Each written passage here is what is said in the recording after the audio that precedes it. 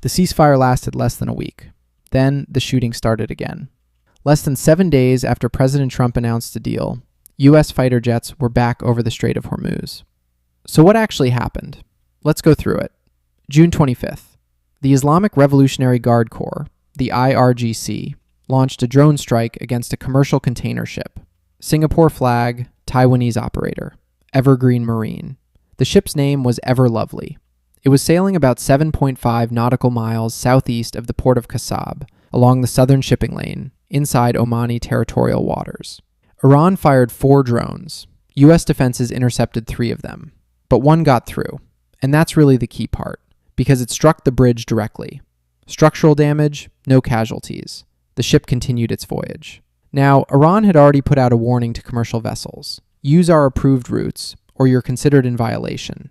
The Everlovely sailed through Omani waters instead, and Iran made its point. The U.S. response was immediate. This was a reckless violation of the ceasefire. To understand why this matters, you need to look at the map. Right now, there are 3 ways through the Strait of Hormuz. Before the war, almost everyone used the Central Channel, about 9 nautical miles wide, with clearly marked inbound and outbound lanes, and a buffer zone running down the middle. It worked, for decades. Then the conflict started, and Iran began mining that Central Channel while using drones to harass ships trying to use it. That route became effectively unusable. So now you've got 2 options. Option 1 is what's become known as the Northern Route.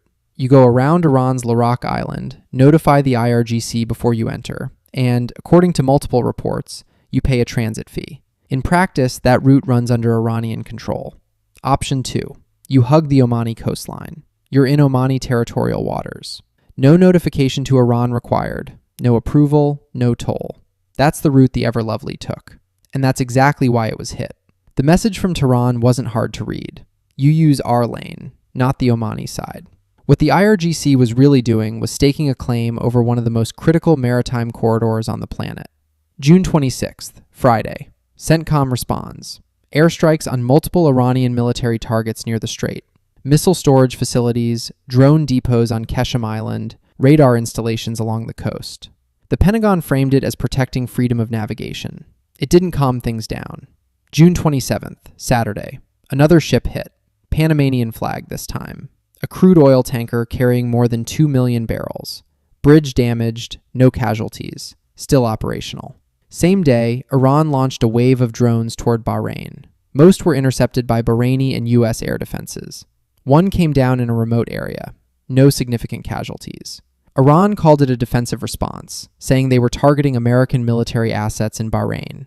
U.S. forces hit back that night, and the night before. 2 consecutive nights, June 26th and 27th.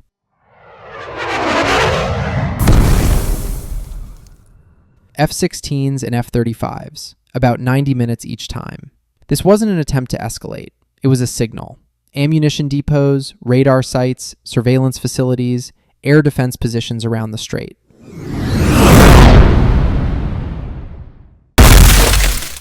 Explosions reported near the port of Sarik on Qeshm Island. So what does all this actually mean? 2 things. First, Iran was the first side to break the ceasefire. The terms were specific. Within 30 days of signing, Iran would clear naval mines from the strait and guarantee safe passage for commercial ships. The Everlovely was in Omani waters, on a lawful commercial route. The IRGC hit it anyway. That's not a miscalculation. That's a choice. Second, and this one matters, the ceasefire was shaky from the very beginning. When the deal was announced, VP Vance went on American media and said Iran had changed. New relationship, new direction. He even talked about $300 billion in future investment.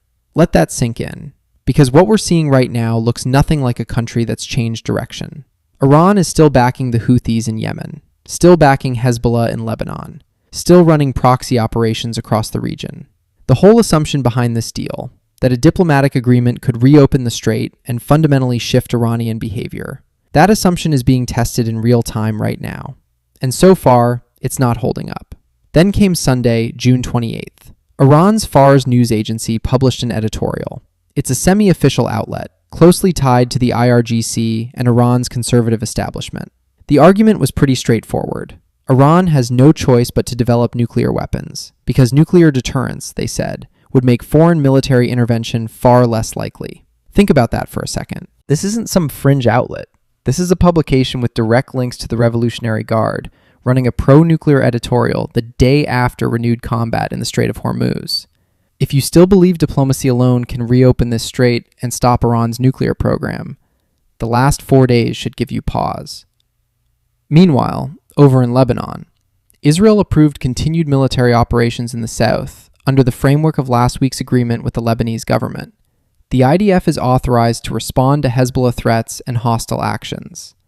One important distinction here, because it actually changes how you read the whole situation.